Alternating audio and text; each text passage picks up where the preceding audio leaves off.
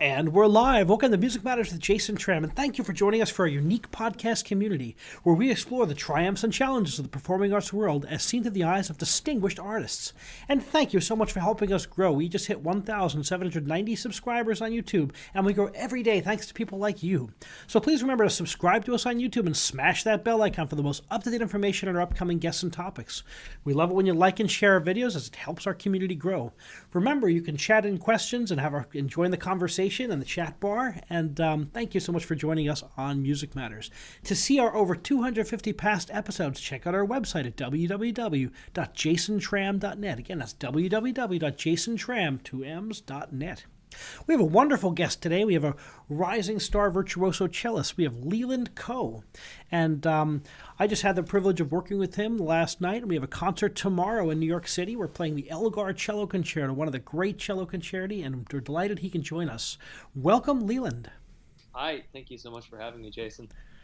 So tell us about what it's like to prepare a great concerto like the Elgar. Yeah, I was just talking to you a little bit before this, how, I don't know, I feel like the Elgar Concerto is the piece that makes a lot of people, a lot of young people fall in love with the cello. For me, it was sort of the first, like, emotionally tragic piece I ever encountered, and that was sort of, it becomes, I feel like you read it in a lot of people's bios that it's sort of the thing that made them fall in love with cello, and then they dream of playing with orchestra, and then they finally do. This is my first time doing it, so there's definitely a lot of nervous excitement about it. I'm excited. It's such a great piece, and you play it so beautifully, and it's going to be very exciting. That's tomorrow at 2 o'clock in New York City at Broadway Presbyterian Church, and yeah, it's going to be really exciting. We get to do it twice, too, so even more exciting to get to do it again, and it's always fun to do pieces over and to re-examine the way you play it and to kind of think about it again. Yeah, the Elgar Concerto for me, I think I learned it when I was 12 for the first time, and then I didn't. This is the first time I've picked it up since then. So this whole thing about revisiting pieces, it feels like I can tell I didn't learn it well when I was 12. It definitely didn't stay in my hands.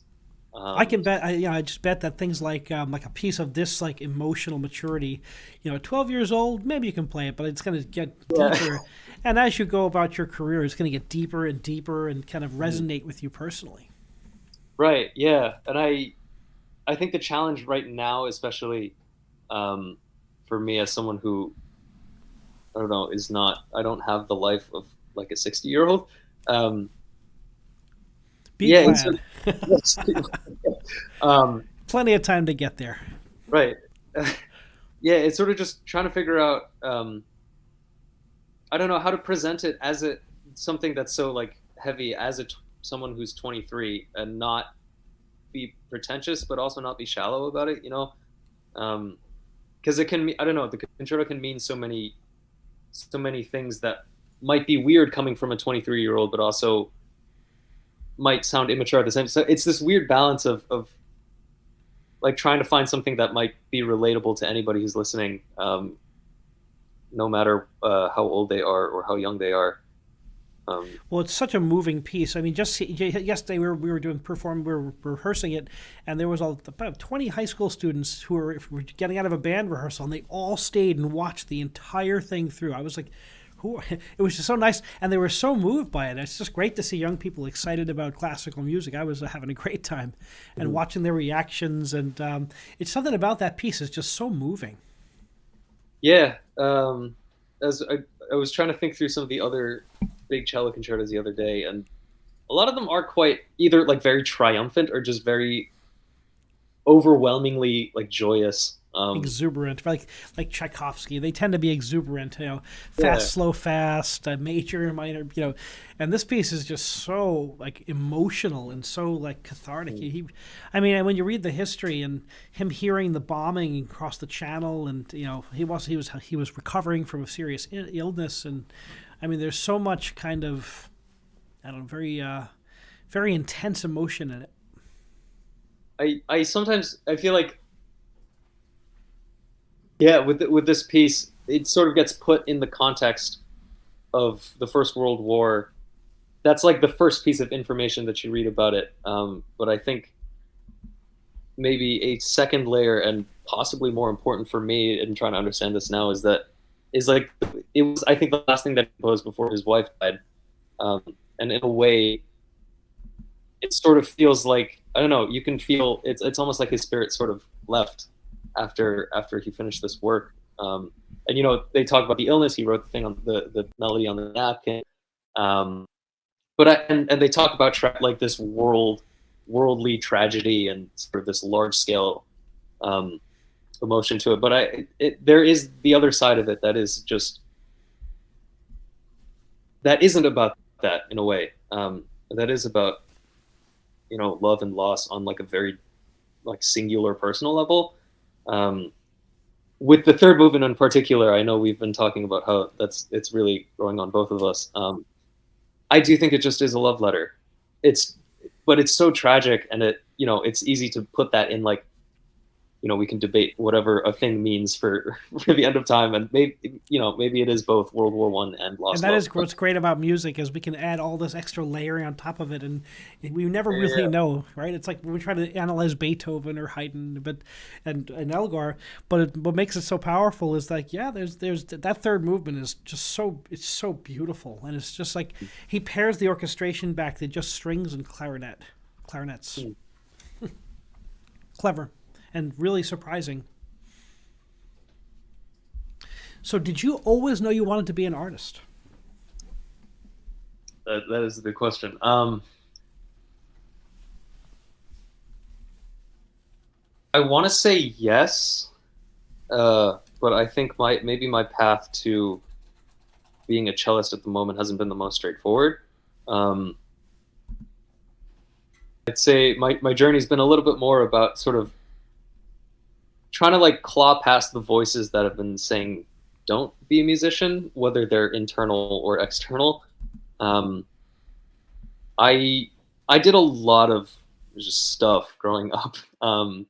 Definitely had a heavily academic upbringing. Played a lot of sports as well. I knew that I liked music, and that I looked forward to youth orchestra, especially on the weekends. I grew up in Boston, and Boston is there's like a very strong youth orchestra culture. I think there's 3 right now, and so that means I don't know, Boston has enough talent to put like 300 young people in very strong youth orchestras. And we all know each other, so I don't know. It was easy to be sucked into that and just fall in love with music. I spent my summers at summer festivals, but it felt like during the year was always that I was aiming to go to some liberal arts college. Was your family musical? Not particularly. My mom played some piano growing up, and sort of, I guess, knew how to get a child started on an instrument. But apart from that, we're definitely not a musical family. It's certainly a tale as old as time. The expectation of children of immigrants to do certain professions, right? And I think there was sort of that influence for a long time. I had a lot of mentors who also, especially when I was a high school senior, who encouraged me to do a liberal arts degree before, and then sort of decide if I wanted to do music or not after that. I also had people who were saying, because playing an instrument is a physical art, that if you take 4 years of college off, you sort of lose that, and it's difficult to try and come back to music. But I don't know, that was the path that I did take. And I think being at a university for 4 years and feeling sort of isolated from a real music community, I think I knew from that. Were you studying? I know you went to Princeton. I see in your bio. Did you study the cello? Were you playing actively during your undergraduate studies? I was practicing a lot. I was performing almost like none. I was not. I majored in German literature, which is its own can of worms. But Yeah, it was sort of. I remember talking to some teachers before I went off to Princeton, and they said, "You know what you have to do if you want to make this work." And I said, "Yes." Obviously, I didn't. I just thought it meant keep practicing, keep your chops up. Um, but it was so much more than that. Being a musician is not about being in a practice room enough hours of a day, right? Um, I remember because I high school was the tough one for me. I think for a lot of kids who grow up in New England, especially, um, public school is very difficult there, and I didn't have a lot of time to practice. So when I got to college and I finally was in charge of my own scheduling, my own classes, I was going to the practice room much more. Um, and I think I went like 6 months without performing or something, and then I got on stage for the first time, and I was really excited to like. My teacher was in the audience, and I was like, I'm gonna show them like everything that I've been able to do in the last 6 months. And then I sat down in the chair, and I just had a moment of, wow, I have not prepared myself for this properly. Like I've been practicing, but I have not had a musical community. I haven't played for anyone. I haven't had sort of the feedback and sort of just I don't know. It wasn't. It was different. Sorry, I don't remember what your question was right now, but um, Well, it's fantastic that your journey is unique. So, what did you learn? What about German literature fascinates you? so We yeah, could talk music all day. We're going to go there, but I'm fascinated by the German literature. German literature. There's not that much to tell. Actually. The literature part of that label is maybe a little bit more of a formality. There were only I think 7 German majors in my year, which was way more than they usually ever have. Um, but we all have to choose an official track that is listed on the website. And I mean, I took everything from philosophy, history, culture, the language, obviously, but they said pick one. So I don't know if I'm supposed to be saying this, but I pretty much just chose that. Yeah, I took Latin in high school, which was a lot about reading and translating and worksheets, and not really. It was a different study of language than most languages, I think. So I knew that they teach language quite differently in college, and I wanted to just take a spoken language. So I thought, no, I do this Western classical music thing that's very Germanic in a lot of ways. So might as well learn some German. But I took so many like different classes my first 2 years of college that by the time I had to declare a major, I couldn't actually declare anything other than German. So I don't regret it, but that is the story. It wasn't like I have some like hidden like knowledge or like understanding of German literature. I certainly do not. You Yeah. have many years to pursue that. So, what led you to now? You're finishing up your master's at the Juilliard School, obviously in performance. What led you toward the Juilliard School, and describe what it was like studying at the elite New York City Juilliard School? Yeah, I mean, I'm in the second year of my master's degree here, and my first year was I did move to the city, but it was largely online pandemic stuff. So I don't know if my perspective on what it's like to be at the Juilliard School is really the most accurate representation. Um, Yeah, yeah, what I COVID. was I teach at a university. COVID was tough for all of for across the board for every major for every university. We all had to kind of figure that out on the fly as it was happening, and but we made some pretty great strides, and people really students worked hard, teachers worked hard. It was just a fascinating time. yeah. Um, in a way, some things I miss rolling out of bed and just logging onto my computer for class. Um, I don't miss hearing the cello on a bad computer microphone. Yeah, No, none no of one. us missed that. Yeah, no. Um, yeah, I think so. Back to your question about coming to Juilliard and everything. I after At the end of my time at Princeton, I knew I wanted to do a master's in music. I'd spent a lot of summers at a lot of various music festivals, so I sort of knew a lot of different teachers in Boston, New York, um, and so it sort of just was sorting through who's who's teaching, whose voices like did I remember 4 years later after I'd heard so much information? Because they're all wonderful for very different reasons, and I think I could have been happy studying with any of them. Um, but there was, I don't know, if I grew up in Boston, so I felt like maybe I needed to leave, and I just knew so many people at Juilliard, and everything that I'd said earlier about musicians needing a community, needing people to play with, play for, and just live a more musical life alongside. I think it just made sense to go somewhere where I knew people. And then we were all inside for 2 years, so that didn't really pan out the way I thought. But absolutely, yeah, no regrets. I've met some wonderful people here who I didn't know actually before. Obviously, I've caught up, spent a lot of time catching up with old friends, learning the ins and outs of living on my own for the first time. So when you came back to music full time, what was it like? Going from the academic side and back to music. Did you immediately know you made the right choice? Yeah, I think so. It definitely. My old teacher. What was the phrase?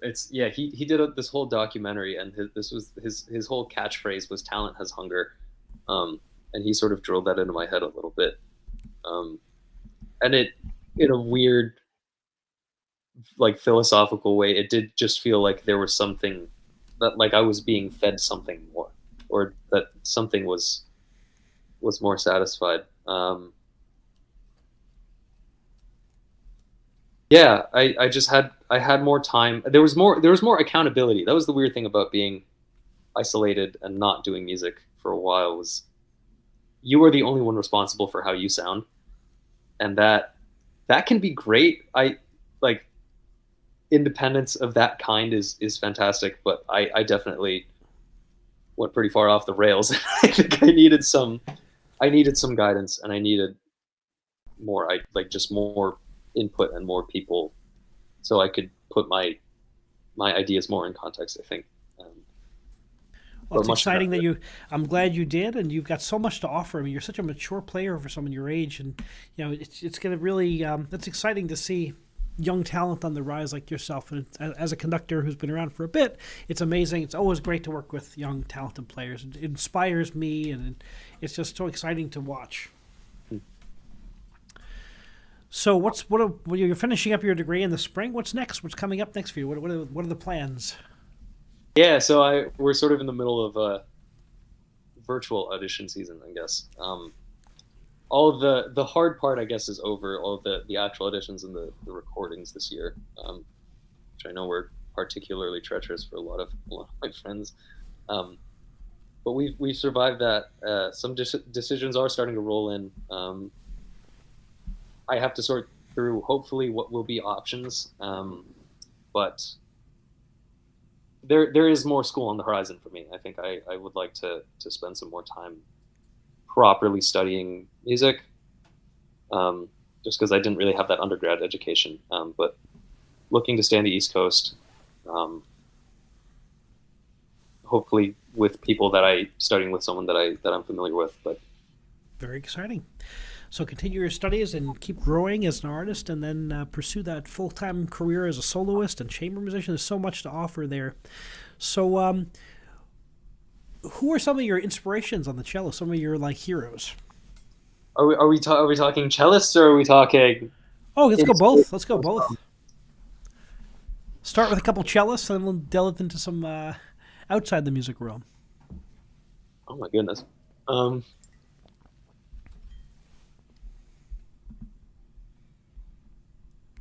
I don't listen to cellists that much anymore. I have to admit, I was somebody who, growing up, I learned maybe a little too much by imitation. Like, I had the CDs and I had all the greats, and I knew who was who. I knew which recording of Haydn's C Major Concerto. I knew this was Yo-Yo's. I know this is Rostropovich. I know Dupre's playing Elgar. And as a very impressionable 10-year-old, the easiest way to be expressive is to try and imitate whoever, right? And their sound and everything. So I think a lot of my teenage years were sort of who wants to do that? And so I was trying to avoid that. And then I just never really got back on the train of listening to cellists. I will say, I think the Asian American community owes a lot to Yo-Yo, obviously. And the more I definitely, I think a lot of people, a lot of cellists, but myself, I hope he never sees this actually. But I went through a phase, obviously growing up, I idolized this man. Um, and then I think in my young teenage years, I sort of turned away from it a little bit. As you start to develop your own aesthetic taste and you realize what you want to do or the way that you want to play the actual physical instrument. But in the last couple of years, I wouldn't say I've rediscovered him, but I can't get enough of what he stands for, and sort of transcending the cello and just being an artist and a communicator. Yeah, he's such an interesting collaborator. I love his Silk Road initiative. I have friends who play in there, and it's so interesting to me how he can go back and forth, and he's become such an advocate for the arts. So I just I can't think the world of him, but I think it's also important that it's so easy when you're younger to kind of copy and to imitate, but you do have to find your own voice, and it's probably a good thing that you kind of step back but I really enjoy Jacqueline Dupre's Algar, and but everyone's got their repertoire. But it's so important to find your own voice. Yeah, I remember.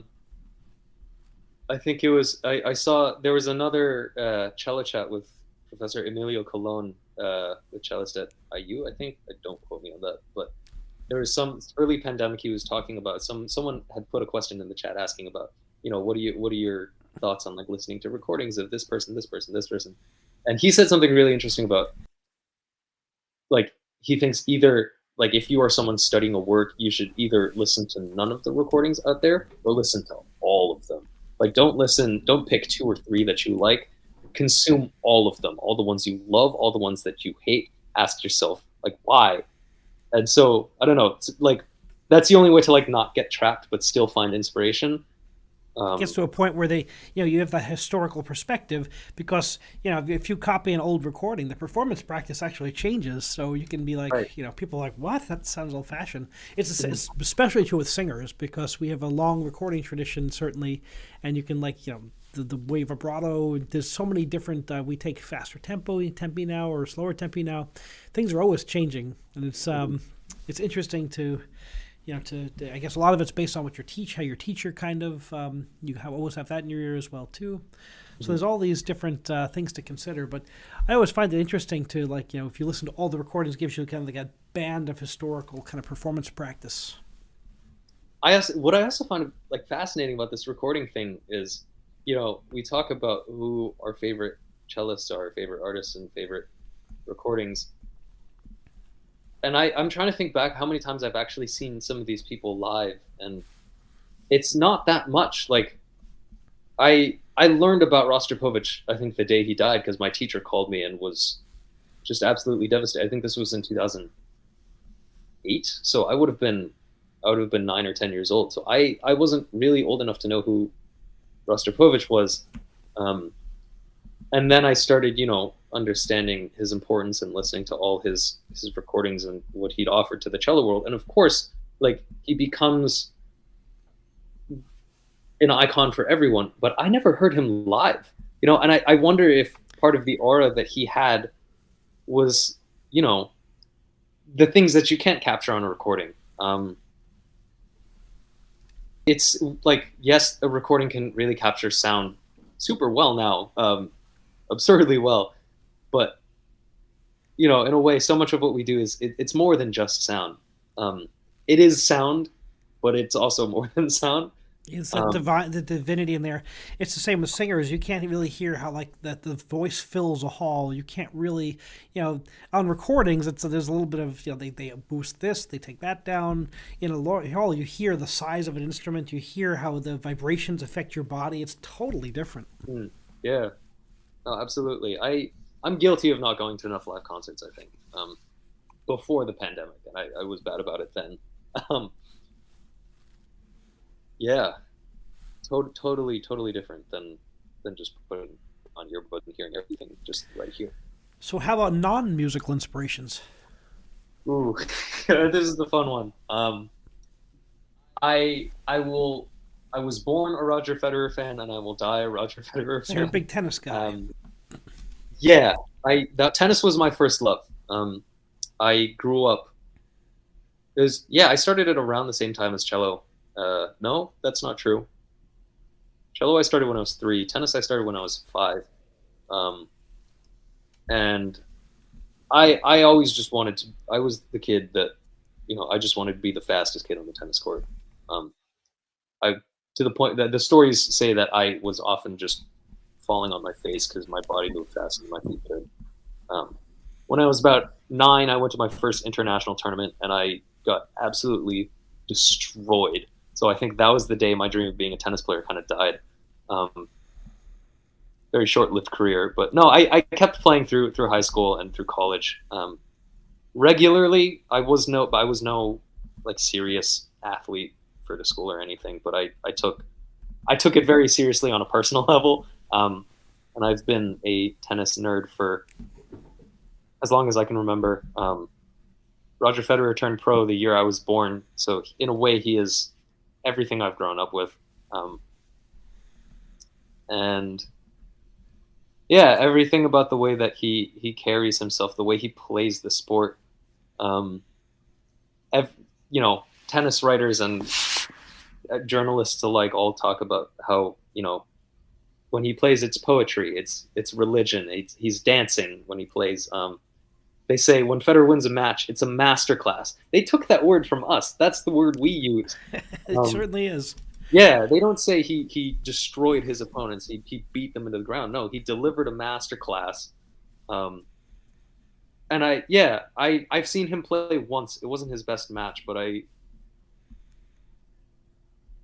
was, yeah, just like the physical experience of watching him move and do things with just a level of like coordination and talent and fluidity that's was just not relatable. Like I can't imagine Hmm. walking that smoothly, and I walk every day. Like this is not. Um, You live in Manhattan. You got to walk everywhere.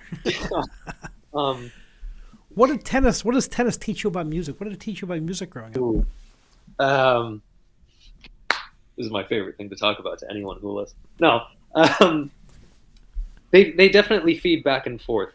Both lessons, physical lessons for sure, about how you use your body optimally, where you store tension in your breathing, in your arms. Um, that's one. For a while, I felt that the best music lessons I'd learned were actually tennis lessons. So it was always tennis learning and leading into music. But the more tennis I played, it sort of went the other. So it is sort of a circle. Um, there's one. I think maybe the one. I'll pick two lessons that have really stuck with me. One is that there's no in tennis there is no substitute for match play. You can spend as much time in the gym on court training as you want, play as many practice matches, but it doesn't prepare you for what it's like to have somebody you've never met across the net, and there's consequences if you win or lose.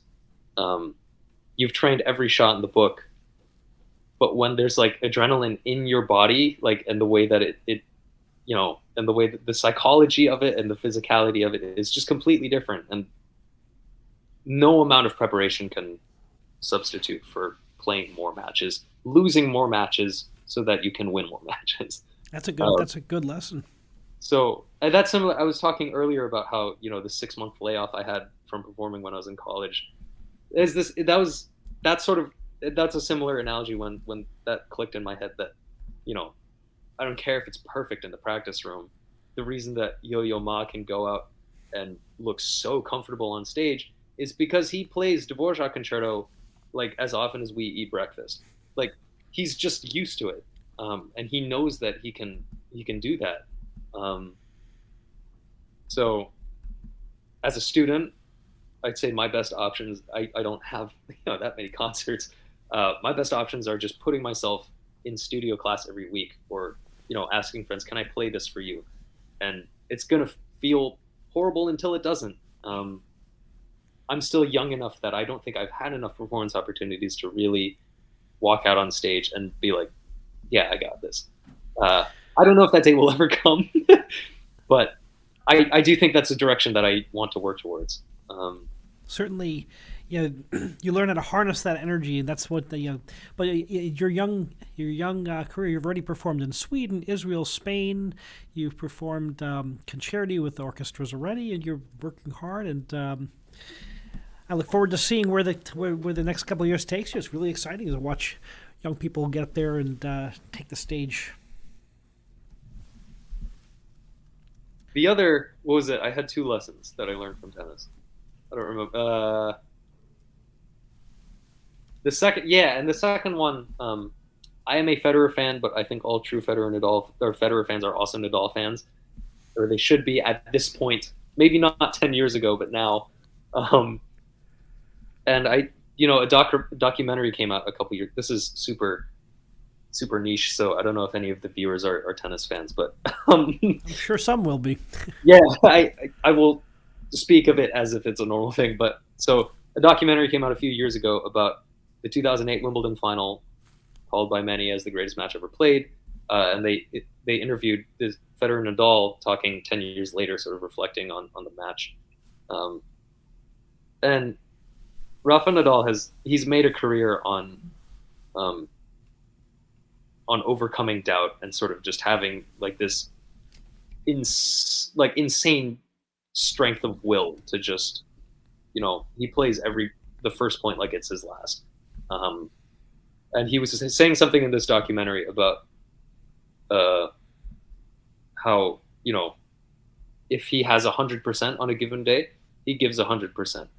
If he has only 60% on a given day, he says, I give 60%. I don't give less than 60%, because then what's the point of sport? And I was sort of thinking, I kind of like that. Just, I don't know, musicians, we do this day in, day out, whole, staying in shape and practicing. And I imagine if you perform a lot, that can get exhausting emotionally and physically to, be that vulnerable and put that much of everything into every single performance over and over and over again. But, if you don't go out on stage and really just give it everything, then, what's the point of anyone coming to that hall that day? So certainly you put so much of yourself into every piece you play, and that's what makes it so special. What's something that you hope the audience get when they hear you play? Elgar specifically, or just in general? Just in general, every time you go out there.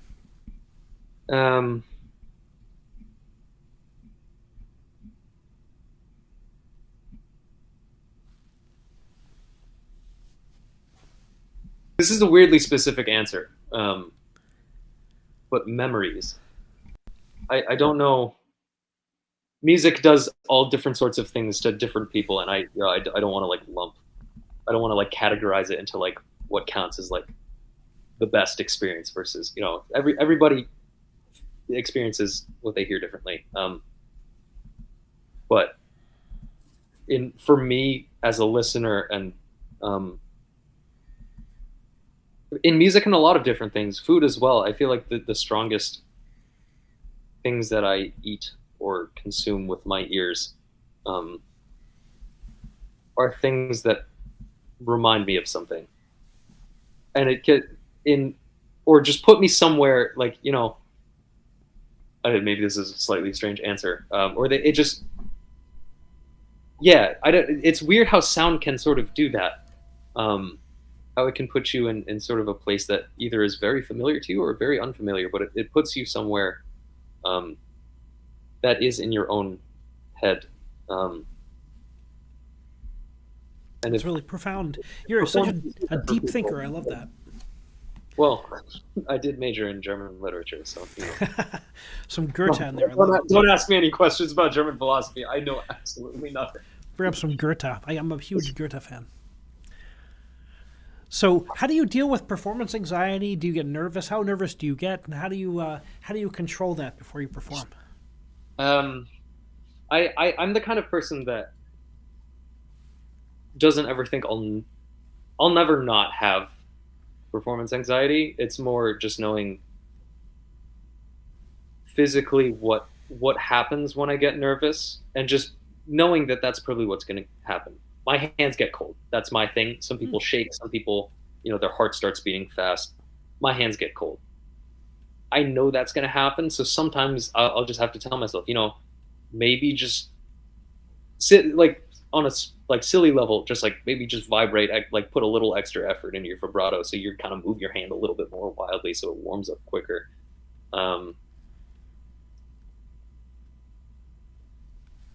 Or just trying to, again, tennis lesson, pressure is a privilege. Just coming to peace with whatever you feel, whatever you're nervous about. It's because you've found a way into a situation on stage that matters to you, and that, is not to be taken for granted. And the other thing would, like I've been saying a lot, is just to perform more so you get used to it, which I'm trying to do as much as possible. We're going to see you perform a lot in the years to come. I'm really excited. I can feel it. I think that this is going to be you'll be so busy, and that is the plan, right? Get out there and perform, and many different players, many different places. For me, I always get most nervous at the first rehearsals. For me, it's always the rehearsals that make me nervous. It's like getting in front of a new orchestra, for me, it's always the challenge. The performing, as a conductor, I don't actually see the audience. So I come out, take a bow, and then it's the music, and I don't actually see them. I don't see their faces. It's kind of different until I turn around. Oh yeah, there's an audience there. The opposite of jealous, because I complain to my violinist and pianist friends all the time, because they can turn, pianists face the side, violinists can turn away. Cellists are screwed. We're facing straight on every time. You can always turn your head away, but then you look pretentious. So maybe not. That's certainly the case. So COVID comes and it derails so much. I mean, I'm sure you had a lot of performances on the books, and in fact, I think this concert was rescheduled probably from when you won the competition in 2019 to get till this year 2022 when we're performing it. So what was it like getting that COVID challenge, and how did that affect you? Yeah, I think I actually. My admission is that I did not have that many concerts. It was my last year of college, so I was sort of mentally preparing to finally enter the music community, a live performance community, for school and for hopefully actual performance. And so I sort of just felt like I had to hibernate a little bit longer and stock up my craft. And I think every I was definitely I was privileged to be able to go home during the pandemic and sort of just lay low for a little bit, and sort of just focus on things that I needed to do and not worry so much about what might be taken away from me. There were certainly many other people who had it much harder. We've had so many opera singers on the program who are at the Metropolitan Opera lead level, where international, they had 5 years of contracts. They probably lost 3 years of full-time contracts, and that was their full income. Yeah, so exactly. it was so for so many, and I guess for any soloists, it was it takes so long to set those up too. It's what are you going to do? I think we were supposed to do something 2 years ago or 2 or 3 years ago. We were supposed to do the Beethoven triple, which I've never done. I was really excited to do the Beethoven triple with you and Nathan. Yeah. And I got asked by an old friend of mine to do that. And, anytime someone asks you to do anything and your immediate reaction is yes, like you look forward to that.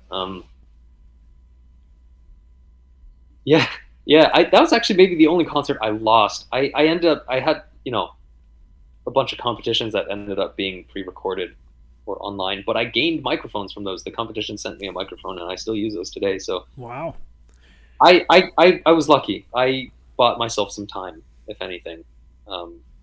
Time to really focus and come back in full-fledged to your music. Yeah, with passion and conviction. So what's something positive you think is going to come out of this for the classical music world? out of the pandemic. Oh goodness. Um,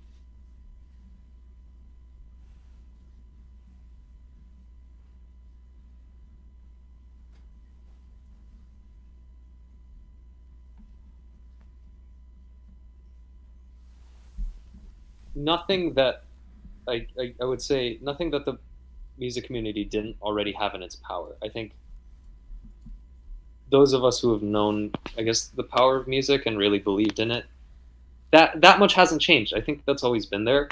I think awareness outside the artistic community, whether on a on a social level, on a governmental level, is maybe the thing that will not change. Um, I don't know if this quite answers your question. Um, You know, we've certainly seen technology become take such an important role. Things like we're having this conversation and doing Zoom, doing lessons via Teams or Zoom, and finding ways to collaborate and do meetings. It's certainly transformed a lot in academia, and certainly, so we're seeing so much more of the live streaming now that we have in the past. I think that's there's these little things that are they're going to be with us now. I think it's always going to be. What's great about the live streams is that people back in Boston can see your performance tomorrow who otherwise wouldn't. And I think there's exactly. positives, not the same as being there, but it certainly gives us other possibilities. I sort of wonder actually if the whole live streaming thing or doing things virtually.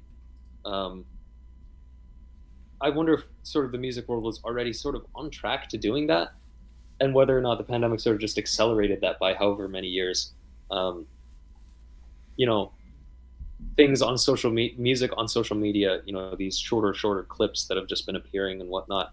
And people we've had opera singers at the Met who will do TikTok videos demonstrating high note technique, and I think it's hysterical. I'm like, TikTok opera singers, I've heard it all. Yeah, I mean, whether or not, I think it would have happened anyways, whether or not it's now or in 10 years. Now, usually people I meet who are about your age, they're pretty active on social media. You choose not to be a big social media person. Is that a conscious choice? Yes. I'm sort of at a point actually in my young career where I'm sort of wondering, where I'm not sure. Like 3-4 years ago, I made the move. I'm shutting down my social media because it's a distraction. Everything that people who get off social media, they want to be more. It can be extremely distracting and time sucking, right? Yeah. But then I got to meet with somebody who works in the arts industry, just to sort of talk about like career development and things. And the first thing they said on the Zoom call was, I want to learn a little bit before this meeting. I couldn't find anything about you. And so my first reaction was, I succeeded because I'm off social media. But I also realized the ways that can be problematic,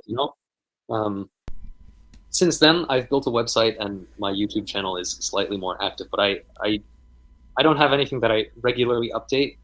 And I will probably have to come to terms with that pretty soon, especially if my career goes the way I really want it to.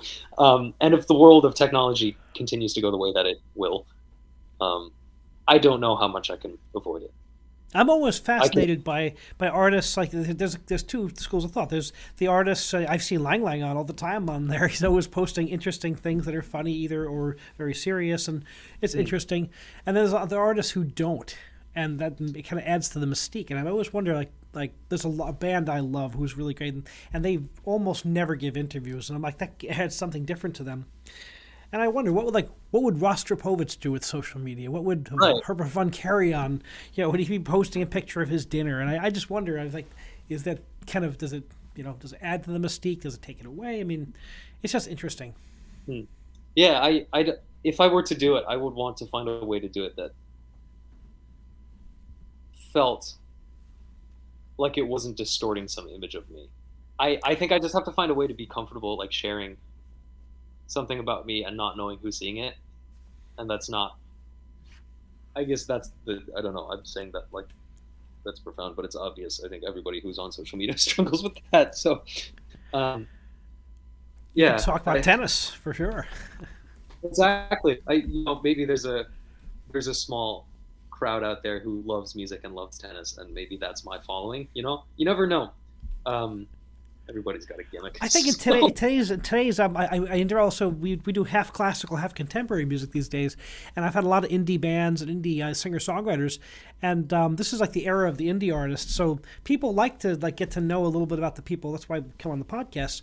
People like to get to know the artists, like not just like through their art, but also a little bit about the person. So the fact that you have a lot of other interests and that you're very well read and you're very a deep thinker, I think people like that. They like to know that when they hear someone who really that inspires them, that kind of background gives them even something more. yeah, but I think maybe there's part of me that worries that, like, if this is who I portray myself as now in my early 20s, is this who I have to be for like the next 50 years? Do I? Because what if I don't love tennis in 20 years? What if I? That's not gonna happen. But what if I'm not? What if I'm much more extroverted or like much less silly in 20 years? People build the expectation from what you put out there, and yeah, it's difficult to control that. That's interesting. Well, people change. That's just like that's just people. We're all going to change. We're all changing, and that's what's fascinating about it, is that we place that pressure on ourselves, I guess. But I think you're still going to be a tennis fanatic when you get there. Sure. So I really appreciate you being on the show today and talking about these things. So tomorrow we have a concert in New York City in the Broadway Presbyterian Church, the Elgar Cello Concerto, one of the greats, and Leland Ko is going to play that, and you're not going to want to miss that. What else do you have coming up? That's the most immediate concert that I have coming up. It's pretty immediate. Yeah, I want to put on some smaller things, hopefully around the New York area. If I do manage to put those together, I'll put that up on my website. It's just my name, lelandko.com. You can find my schedule there. Otherwise, big one in May is Queen Elizabeth competition. It's like a month-long thing, so that's sort of, I'll be there. If there's anyone watching this in Europe and you want to stop by, support me and like 60 other cellists. They're all worth hearing as well. In the summer, I'll be up in Putney, Vermont at Yellow Barn Festival for 5 weeks. I'll be at Bridgehampton out in Long Island for about 3 days. Those are also, the exact dates of those are on my website. Those are the only things I have currently lined up. What are some of your favorite chamber music pieces? Ooh, so much great repertoire. Narrow down the genre. Whatever comes, free form, whatever comes to your mind. For me, it's whatever I'm working on. I'm like a big Brahms fan, but Brahms 3 I'm doing tomorrow, so I'm like, oh my God, what a great symphony. And his to me, that's all about his connection with the Schumanns, and it's all there as he quotes one of the Rhenish Symphony in the piece, and then he brings it back throughout. It's like, oh. So pretty much whatever I'm working on is usually my favorite. So that's for you. That's a good philosophy to live by, I think, just to keep things fresh. I'd say I love like the middle movement pairings from a lot of romantic music, like Brahms and Schumann. The quartets and the piano works, I think,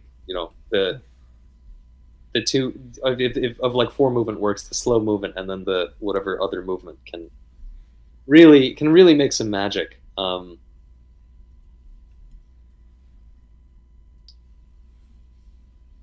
Yeah, a different answer every day of the week. I've been listening to the Schumann piano trees a lot recently, though. So, what's the perfect balance of concerto playing versus chamber music for a cellist? Oh, for you? Well, it took a while for concertos to grow on me. I was sort of, a lot of cello teachers in the East Coast, and a lot of my mentors are quartet cellists. So I grew up with that way of listening and that way of understanding sound. And concertos, in a way, for a long time just felt too big. But the more that I've sort of started to work with them and feel what it's like to sit in front of an orchestra, I get it a little bit more. Depends on the space, depends on, you know, who you're playing with. I like a lot of chamber music. I love sonata duos. I think those are my, if I had to have like a last meal, it might not have a concerto on it, but you know, we'll see where my career goes. But if I get to play with lots of orchestras and play lots of concertos, maybe my opinion on this matter will change. So you never know. But my experience has largely been chamber music, so therefore I think I like lots of chamber music. You can never get enough chamber music, right? It's just such, you know, it's the colleagues you work with that make it work, and the listening back and forth and reacting, and that's, as a conductor, that's my favorite thing, is just to take what I hear, have my opinions strong, but then take what I hear and work with that at the same time, and then to work with a soloist is always a pleasure. And you know, it's like catching, you know, I work in opera a lot, so I always say, like, some singers like catching knuckleball. I'm a baseball fanatic, so catching a knuckleball pitcher, and you gotta, like, you know, you're listening and reacting and leading at the same time. But I just love the idea of like concerto accompanying and kind of bringing the orchestra and the soloist together and listening. And there's just so much in the moment that people don't realize. It's not like there's so much listening involved, and that's the fun part to me. For sure. 100% agree. Well, I'm excited to make music with you. I wish you nothing but success, and hope people come out, check us out tomorrow, and some beautiful Elgar music, and a cellist on the rise. Thank you so much, Leland, and I wish you continued success. Thank you very much. Pleasure, Jason. Appreciate it. Thank you for joining us on Music Matters with Jason Tramm. Please remember to subscribe to us on YouTube and smash that bell icon. Thank you so much for joining us, and remember, keep music alive.